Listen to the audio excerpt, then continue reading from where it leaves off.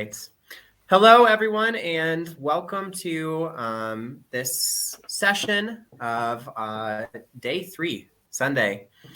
And today we're joined by Ezia Valenzuela, and she's going to introduce herself. Before we get started, I want to tell you just a few things. If you're going to speak in the chat, make sure you are clicked on the Sessions tab. And so on the side, I think if you're on a computer, you'll see events and you'll see sessions. And it looks like several people already are already using it. So we have Edith, Isabel, Macarena. If you're there, if you want to just say hi, you can say hi, but make sure you're clicked on the sessions tab. I also should let you know that if you would like to join us to turn on video and everything, you can share your video screen. You just have to click. There's I think it's a little green button up at the top.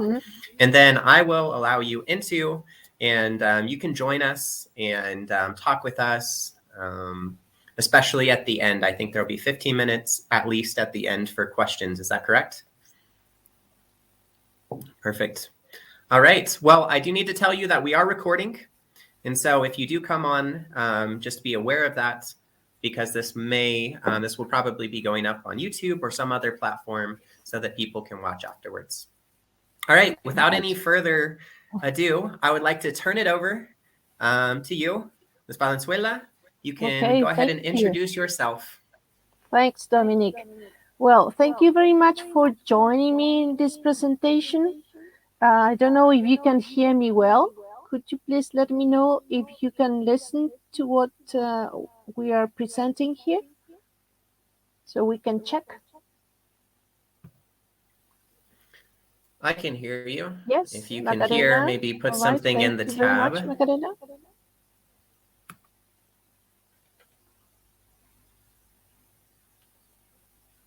All right. Well, I'm a teacher of English, right?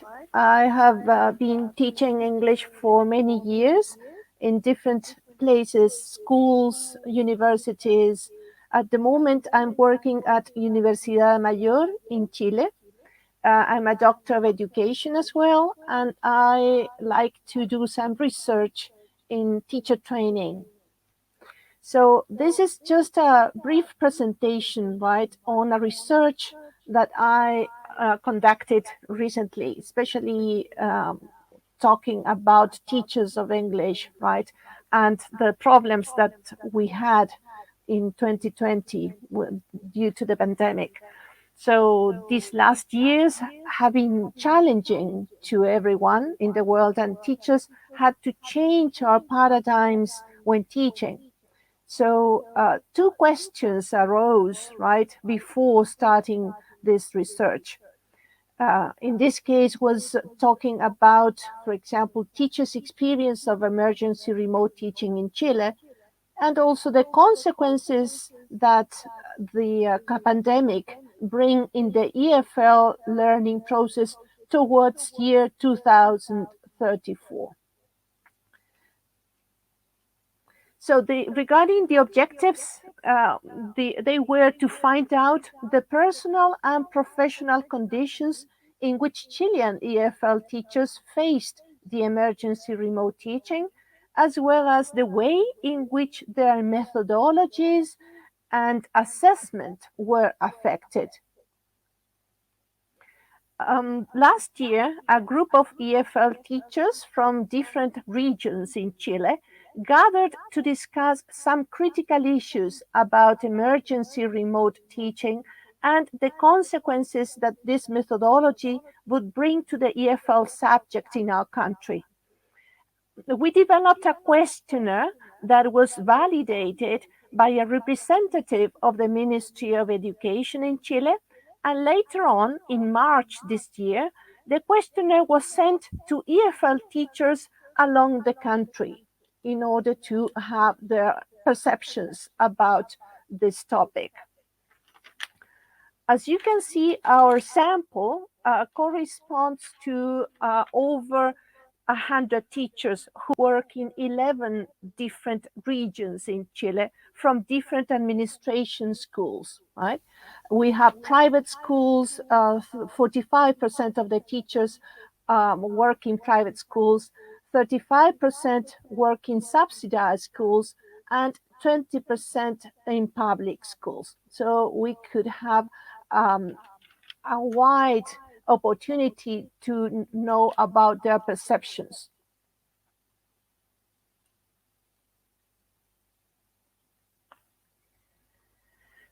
We used a digital questionnaire as a data collection instrument. It was divided into 6 different areas concerning the teacher's personal information, their place of work, also the way in which the school implemented the prioritized curriculum, their experience on remote teaching, support that they received at school, and also the challenges that they faced in 2020. Well, regarding the school information, right, and the decisions that schools made during 2020, we found out that 77% of the teachers considered that they were focused on the accomplished uh, national prioritized objectives. That is, that the school focused attention on the objectives that they had to accomplish by the end of the year. Regarding the number of hours a week that EFL teachers taught during last year, a small proportion of teachers reduced their teaching hours. It is really important to consider that a decrease in the EFL teaching hours would impact in the development of language skills in students.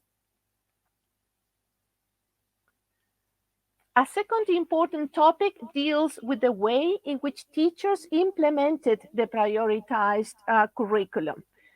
In this aspect, 51% of the teachers considers that the EFL subject, due to the importance, right, they had the same importance as the core subjects. In our country, the core subjects are related to language, mathematics, natural science, and social studies. So, due to the number of hours that they taught English or the connection with other subjects. In other cases, there is an evidence of a decrease in the number of weekly hours, right? Or a focus on core subjects that have an impact in national testing or standardized tests, right? Nationwide. Other teachers report the school decision of not teaching EFL during 2020 so as to avoid an additional load to families who cannot support their kids in the foreign language at home. Regarding assessment, right, our research finds out that 75% of teachers report implementing both formative and summative assessment. The most common examples, I will show it here. The most common examples that are connected to assessment are projects that sometimes were developed together with other subjects in the curriculum. They also used oral projects that were sent to the teacher in a video or podcasts. Also, teachers used worksheets, exit tickets, and digital applications. Right? In the case of teachers who did not implement assessment, their students did not have proper internet connection, and that is the reason why they could not implement assessment. Now, in this section of emergency remote teaching, 3 areas were considered. First of all, regarding materials and resources, 47% of the teachers considered that the course book was a relevant resource to plan their classes. 89% of the teachers used materials designed by themselves or provided by the school where they teach. Regarding the achievement of learning outcomes, 42% of the teachers report having accomplished between 100% to 80% of learning outcomes.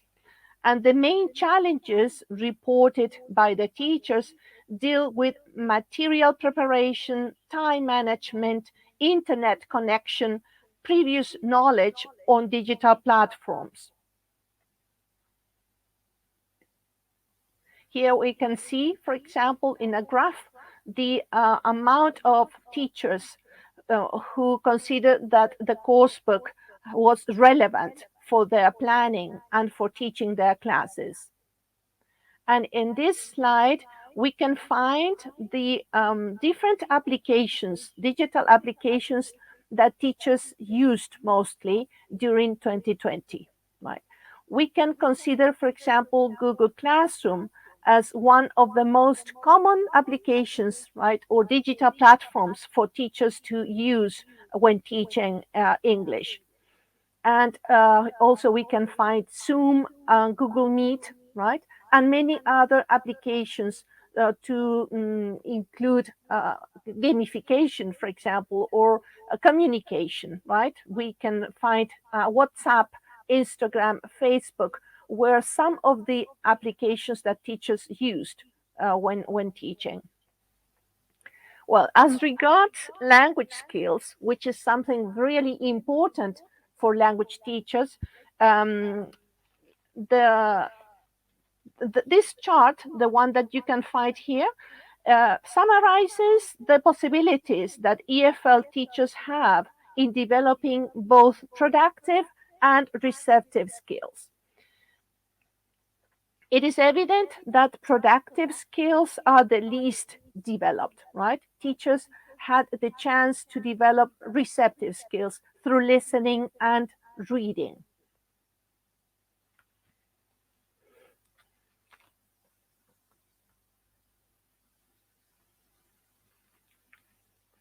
On the subject of training and teacher support, teachers received workshops and training on methodologies at schools mostly. Also, some emotional support to overcome challenges.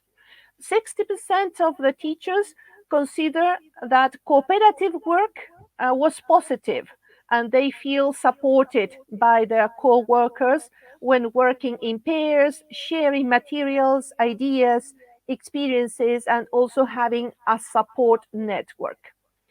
So considering the areas in which they still need some support, 46% of the teachers require digital strategies. 25% need support in new methodologies to develop language skills and to teach hybrid lessons. Other teachers need emotional support and teacher well-being. Finally, we were interested in having information about the way in which teachers learned, right, during this challenging process. And three areas were analyzed. First of all, they mentioned the different activities that the teachers used to develop before the pandemic.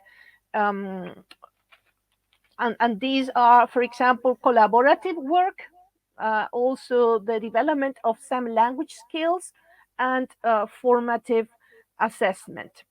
Teachers relate that they had, for example, pair and group work interaction, role plays, mining, open door activities, as well as the development of productive skills, right? And that were reflected in dialogues, oral presentations, and especially monitoring their students. Some of the activities that were performed in 2020 deal with the use of online games, audiobooks, and applications. In general, the teachers considered that the students' context to implement coherent activities to their reality. Now, when we talk about the strengths that they consider important when they developed it during 2020, some of these strengths that they can recognize deal with their personal skills, adapting to unfavorable situations, for example, developing communication skills to interact with their peers, with students, and their families. Also, learning to innovate and flexibility when dealing with challenging situations. Also, they value being available and I mean able to innovate, right? To innovate in different challenging situations, improvise, and also develop creativity using simple resources. Regarding methodologies, the teachers included some remote lessons, right, that were adapted, right, to the context, active methodologies, and small group work. As part of the learning process, right, teachers had during this teaching experience, we can recognize three main areas, right? Collaborative work they had with other teachers, help and support they gave and also received from their peers, opportunities to work together with other subject teachers, right, which is something very relevant during this pandemic, in order to gather with other subjects, right, and in that way develop some projects that included different curricular disciplines. Also, another strength recognized by the teachers is emotional education. They developed empathy, tolerance, patience, and resilience when teaching. First of all, they considered their students' well being before content, right? And adaptability was another important element, right, that the teachers had to develop. They adapted to their students' needs and also to new situations. When asked the teachers to recognize some strengths in their students, they referred to three main aspects as well, right? We can consider life competencies, since their students were resilient enough to overcome challenges, that they developed empathy for other classmates who were suffering or who had more problems than themselves. They learned to learn to become more independent and autonomous. They also learned to get organized and monitored their study time. Students also recognized the importance of school as an institution and valued their teachers' work, right? Not being able to attend school and learn from their homes, right, gave them the possibility to think about how important the interaction with their classmates at school was.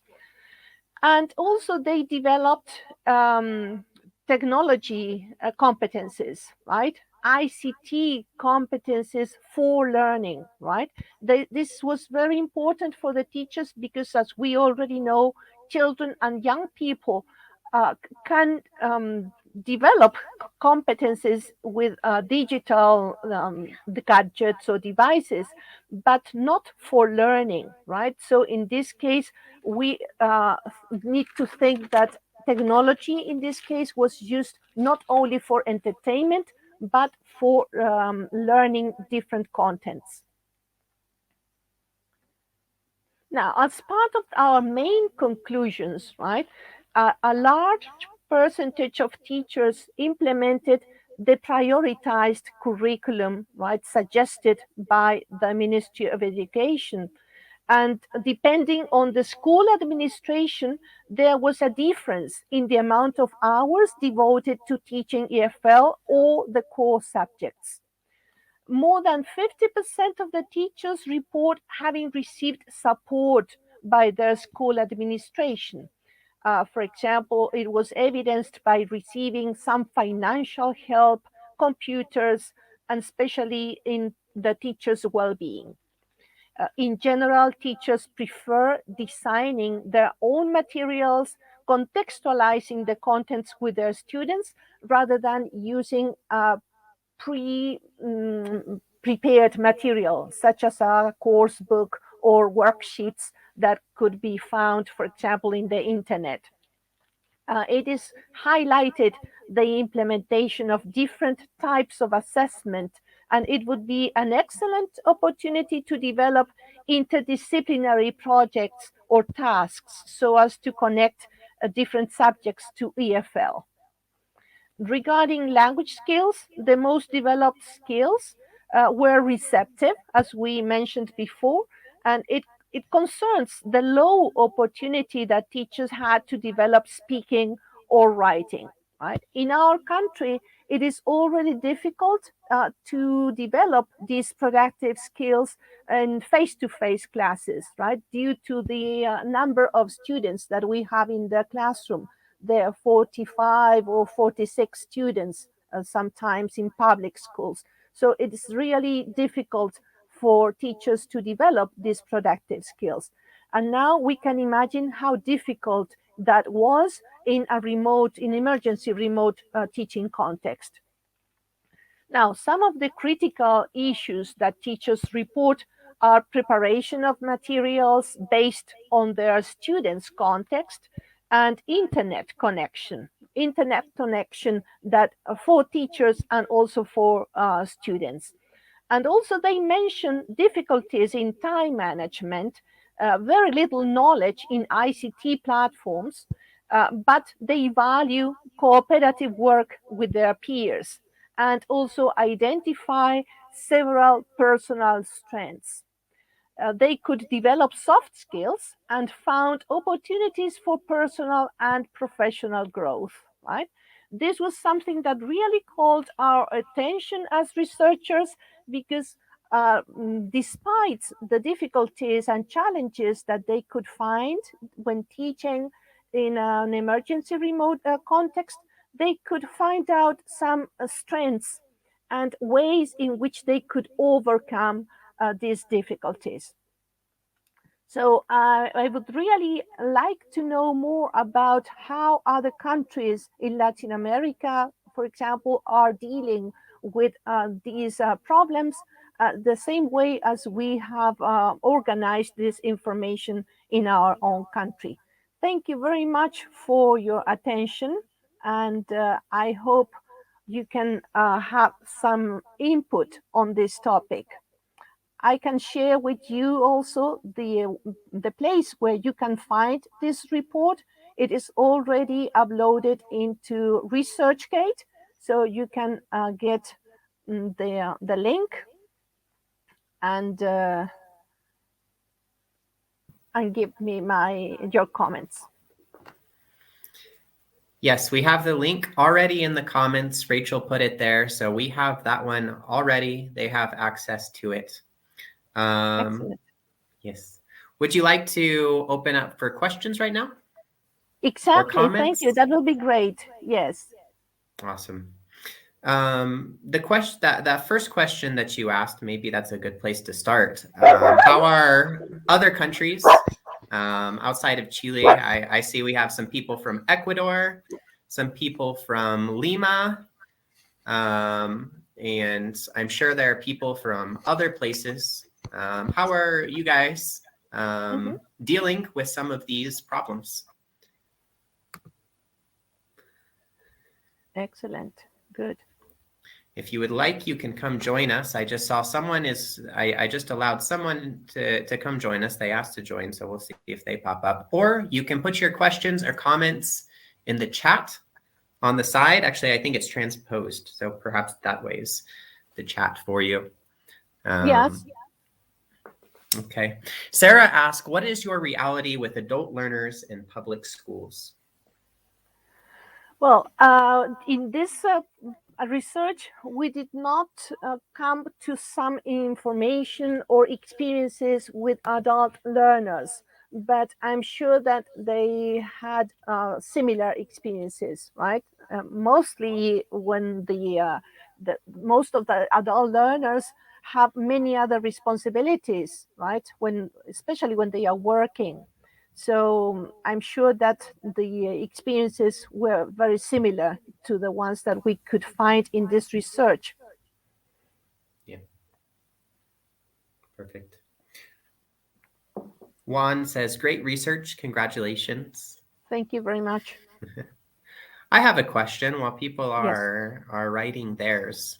One of the specific statistics you mentioned was that learning outcomes, that teachers only 47% of teachers reported reaching their learning outcomes, or at Mm-hmm. least getting between 180%. I think that's the, Exactly. yes. And so that was during the pandemic, correct? Yeah, the thing is that in our country, the Ministry of Education suggested a prioritized curriculum. That was, they reduced the number of objectives that we had to develop at school, right, Mm-hmm. in different grades, in primary and secondary education. And this was exactly because it was impossible for EFL teachers to accomplish all the objectives that are set by the Ministry of Education Right. during a face-to-face class. Mm-hmm. So this was just a proposal, right? But many schools decided to prioritize their curriculum, not only in the Okay. EFL classroom, but in all the subjects. So Okay. in that sense, just a few, that is, well, some 47%, I would say, it's reduced number of teachers, right? But that is the reason, because some of them decided to focus the attention on core subjects rather Right. than EFL. Okay. Do you know how that number compares to maybe similar studies before the pandemic? Do you have any like connective data? So 47% feels very low. And so how does that compare to those outcomes pre-pandemic? Yeah, that would be a really very good way to contrast, right? Mm-hmm. The amount of objectives that are accomplished during the face-to-face classes or before the pandemic.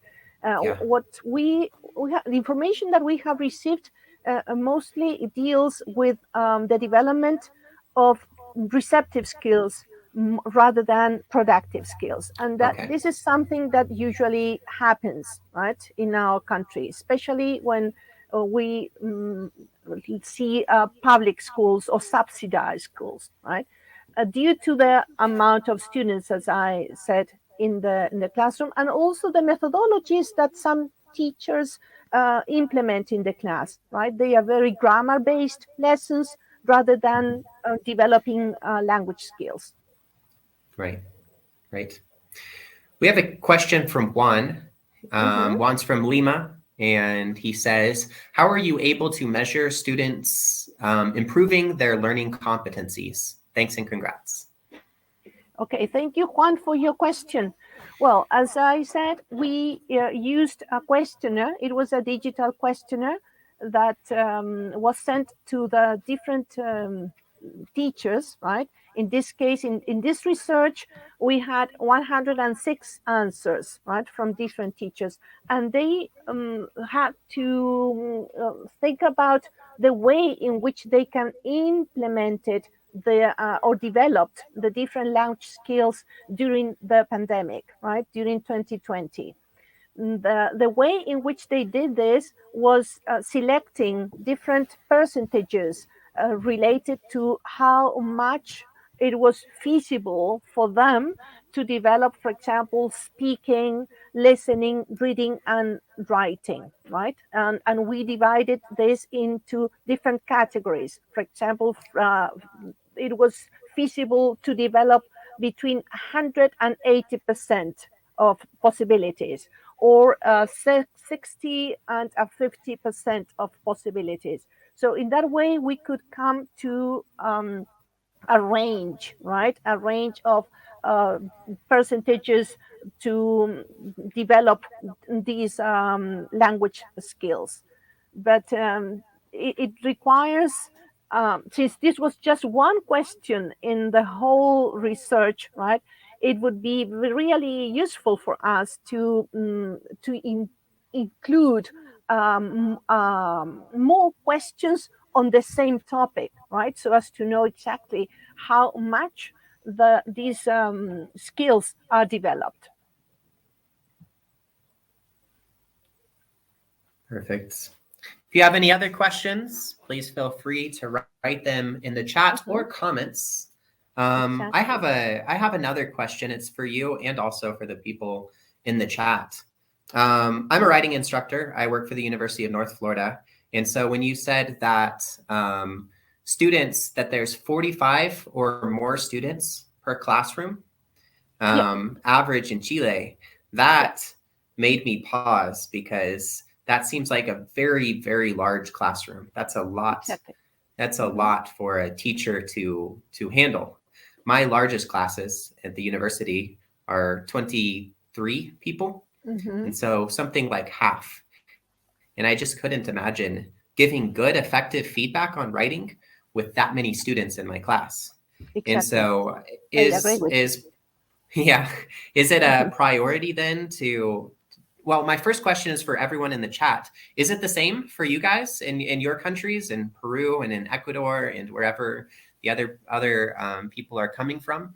And two, the question for you is that a priority maybe to try to lower those numbers to make it a little bit more manageable?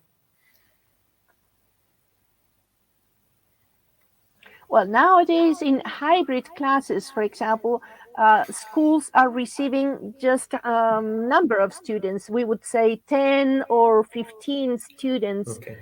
face to face, and the rest of the students are at home, right? So they can develop their classes at the same time. Well, mostly in many countries that we can find hybrid classes. And this makes the possibility for teachers to develop these productive skills in a better way, right? But as soon as we come back to normality, I would say, maybe we are going to continue with the same type of class. That is, having a lot of students in the class and with just a few possibilities or opportunities, right, for teachers to develop productive skills, right? So it is a way of changing our methodologies to include other type of, let's say, technology or platforms, right, to develop those skills. Yeah. Yeah. Great. Any other questions? Macarena says, wow, I'm from Chile too, and it's more difficult to learn and teach in really big classes. I think that when there are less students on the same class, it's easier to give feedback and base the class on students' interests. Hmm. That's right. Yes. Especially with writing classes, I would add, because most of your time as an instructor, I can speak to this, is spent not teaching in class, but Exactly. giving feedback on Hmm. all of that writing. And so Right. if you have more students, you're forced to give less assignments because, or less writing assignments because you don't have the time to go through and grade them because you have a life, other things that you have to do. So, That's true. Well, yes. another aspect that was really useful and interesting for us as researchers was to find out the different answers and context of our teachers, right? The ones who responded in the sample, because it gave us the opportunity as teacher trainers at university in our teacher training program to plan different methodologies and also ways to implement teaching in a pandemic, right? Because we usually taught our students methodology that was for face to face classes. So our students at the program go to their teaching practice and they have to do their face-to-face classes. But during this pandemic, in this context, they have learned to implement different types of methodologies. For example, learning capsules, recording some videos to give their students also some worksheets, right? But the way in which they design the worksheets have to be connected to the context in which they are, especially when their students cannot connect because of internet problems. So it has been really useful, right, in the teacher training program to uh, analyze the different challenges, problems, and needs that the teachers had in this research. Mhm. Do you think that any of these changes are going to be permanent? Do you think that perhaps maybe teachers have learned to adapt and that they're going to keep some of these new Exactly. skills? Yes, they will have to adapt, right? Because we are not really sure that we are going to go back to face classes just the way in which we did in the past, right? Hmm. So I can see this as an opportunity, right? An opportunity, a professional opportunity, and as well as a personal opportunity to focus the attention on other areas, right? In our country, for example, education is very based on contents, right? It's content based education. So teachers are more aware of what they have to teach rather than on the objectives that they want to accomplish or students' well being or teachers' well being. So I think it's a very good opportunity for teachers to change their paradigm. Let me make sure that there aren't any new questions you've just mentioned. Okay, so yeah, Juan says, hi again. You have just mentioned that teachers needed to develop digital competencies, such as Mhm. creating videos. Have they Yeah. received training to develop their digital competencies in terms of producing content? Thanks. Yes. Yeah. We something that we are doing at university is training our future teachers, right, to become aware of these needs, right, and also the different ways in which they can develop, for example, these videos, these learning capsules, right, that they are going to send teachers or students, because they have to work together with some guide teachers, or they are tutors who work at school. So our student teachers, right, help these tutors at school, and they are usually preparing material, worksheets and videos, looking for different technological aspects that are going to be relevant, right, for the tutor at school. So they have had to learn how to do this, right? It has been difficult at the beginning because, as I said at the beginning, it is really difficult to change your paradigm, right? You are used to teaching in a certain way, and suddenly you have to change immediately. You have to change everything, right? So this has a challenge, but at the same time, I think it's an opportunity. I prefer to call it that way. Mhm. So thank you very much, Juan, for your questions. Angela says, thanks for sharing your research. In Peru, the competence se comunica oralmente en inglés has not been included in the Aprendo en Casa strategy. It is challenging. What was it the same in Chile? Yeah, the thing is that se comunica oralmente en inglés. It's really a broad learning outcome, right? So it's really important to analyze the context in which we are with the student, right?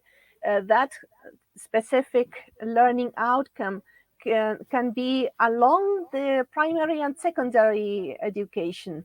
So in our country, what we have done is to organize certain Common European Framework reference levels, right? So it is expected that our students, for example, in 8th grade, can reach a certain level from the Common European Framework, right? And at the end of 12th grade, they can also reach a certain level, which is something very nice to observe in the text, in the national curriculum, but in the real life or the real classroom, it's quite difficult to observe, right?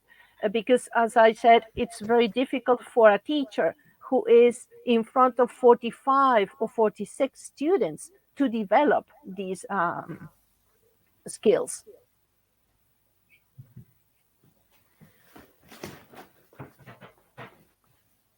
So thank you, Angela, for your question. Awesome. May take another couple minutes just to see if any other questions come in, because we do still have about 15 minutes or so. And if we want to end early, we can end early as well. But I want to make sure that everyone has a chance to ask questions. Just a reminder, if you would like to come join us, you can share your video and audio and then come speak directly to us. So if you'd rather not type it, if you would like to come join our conversation, then come join us. I think both of us are nice, and we promise we will not be rude or anything like that. Yes. So come join us if you would like. I had a request a little bit earlier, and then I clicked yes to let that person in, but then it disappeared. So I think some people are thinking about it. Sarah says, thanks a lot. Great explanation and sharing. Greetings. And Omar says he also practices. Se comunica oralmente en inglés with his students. Juan has another question. Do teachers have a means of self-assessment in terms of their digital competencies? For example, do you use an international framework in that regard?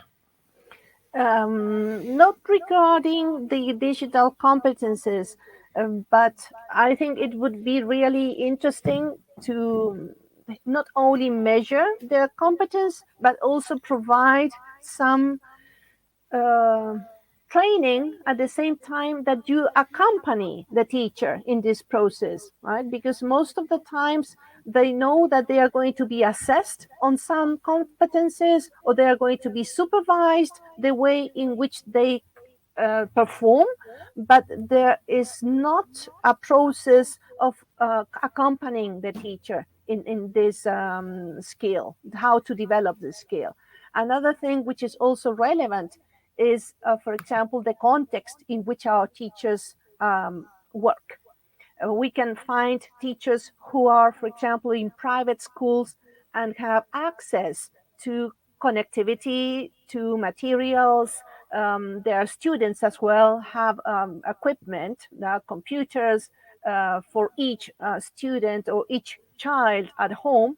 But this is not the same in public schools, subsidized school, and how about rural schools, right? When we visit rural schools, we can notice that those students have no technical implementation, or they have no equipment, right, to connect. So it's quite a challenge, right? I think in any Latin American country to actually have access to education in a way that all students can reach the levels and they can reach the learning outcomes, right? So in this case, particularly, it is quite difficult to have this as self-assessment, but it is something that it is necessary. Mm-hmm. I agree with you, Angela. Yes, teachers need to be very creative. And that is one of the things that our teachers in the research mentioned, right? That they felt at the beginning that they didn't have all the competencies, right, to develop this creativity.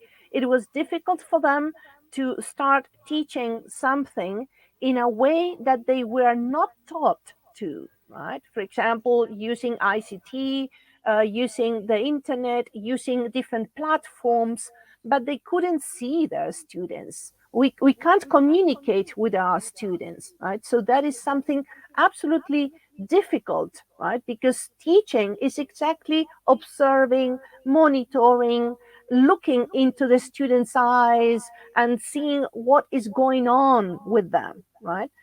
So in this context, it was absolutely devastating, right? So we still have this problem, but I think that people are getting more used to the situation. And you know the way in which your students are going to behave, right? There is a new culture, I would say, a new learning culture, right? Yes, the beginning it was like an enormous cognitive conflict. I agree with you, Angela. And Omar says in the rural areas there are many difficulties. Yeah, well, in rural areas, I would say that it's almost not able, right, to connect, right, teachers or students. So a teacher that we know from a rural area here in Santiago, where I live, the teacher has to send the materials, written worksheets to the different homes, right? Or wait for their parents to go to school and collect those worksheets so students can start working um, individually, without much help, because their parents sometimes do not know how to help or support their kids at home, right? So that's why also in the research, some teacher mentioned that they decided not to teach EFL during 2020 in order not to give an extra load to families and parents, because they knew that they were not going to support their kids at home in the foreign language, right? So there we have another um, problem, because in those schools a whole year, right, students did not have EFL, right? So imagine how mm, different they are going to be regarding the other students who received EFL during the whole year.